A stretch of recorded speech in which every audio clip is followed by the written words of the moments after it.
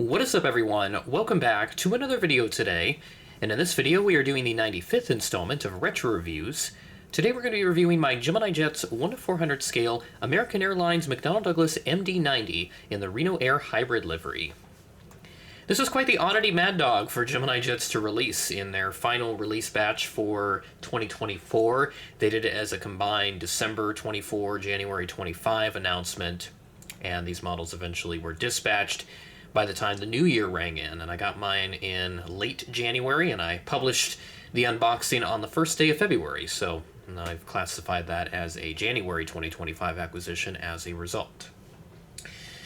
This aircraft does have quite the interesting history, and certainly a fascinating mad dog for sure, and really hope Gemini will make more, hopefully through the rest of 2025 and into 2026.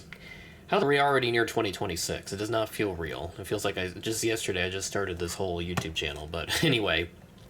So starting off here, we have the Gemini Jets 25th anniversary insignia, made for collectors by collectors, image of the plane, aircraft logo, airline logo, and the plastic cradle inside with the pamphlet on the other side of the flap. You can pause to read that.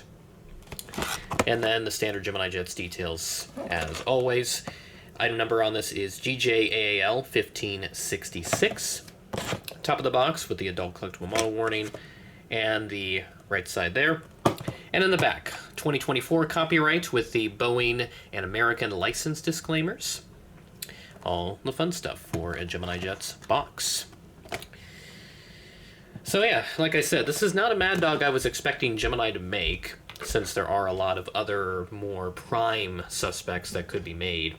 Or not really suspects, but just subjects, really. Suspect sounds like a bit of an aggressive wording to use, but you get what I'm trying to say. The point is that there's a lot of other subjects that could be made, but this was certainly welcome nonetheless. So I'm very happy that Gemini took the opportunity to make this with what is currently the best MD-90 on the market right now, since NG doesn't have one, at least yet anyway. That could change.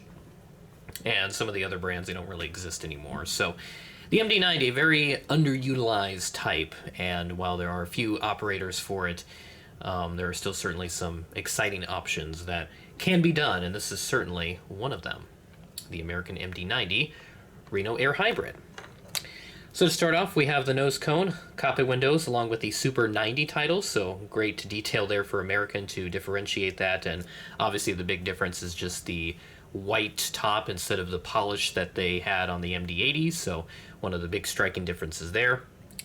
A fleet code on the nose gear door there, along with the nose gear itself. The nose wheels do not roll, or at least they should, but the axle is so darn close to the wheels that you can't really get them to roll anyway. There's the L1 door, and then of course that strake there, just a molded detail which blends in with the fuselage. There's a little One World sticker up there too. There's the fleet code printed there as well. And then one antenna above the American titles, which they don't have to add the white outline since that's redundant.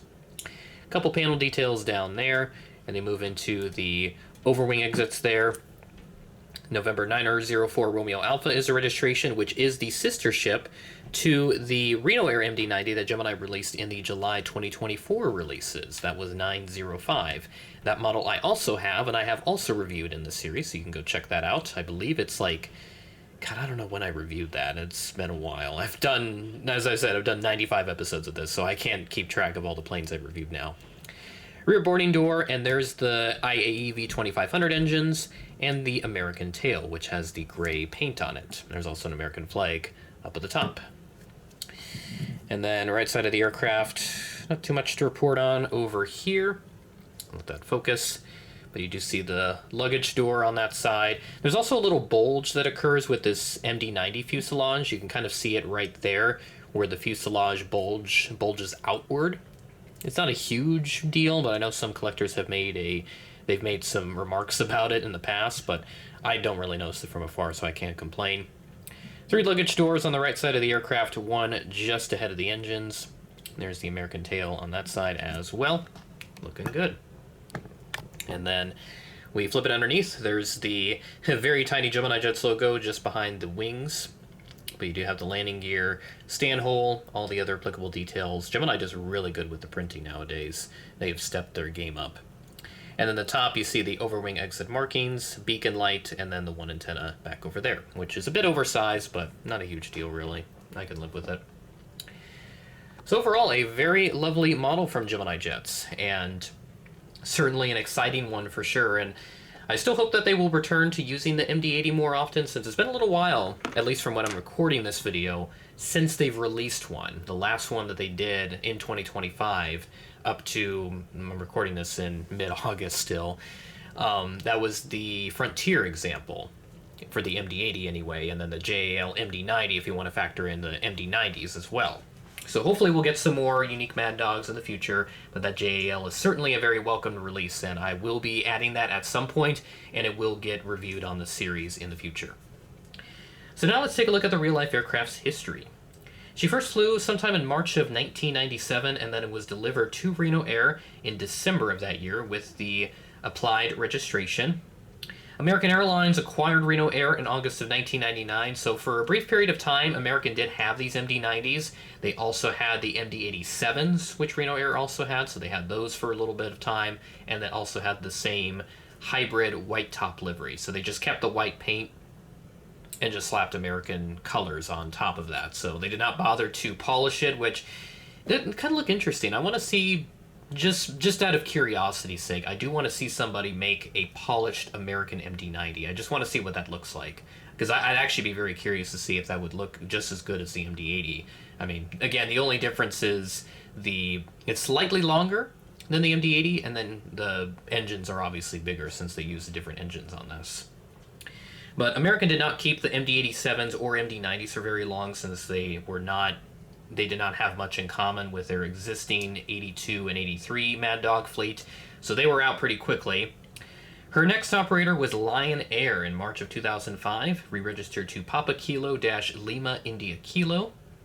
She flew with them for about 7 years and then went to Boeing Capital Corporation in July of 2012, re-registered to November 459er Bravo Charlie.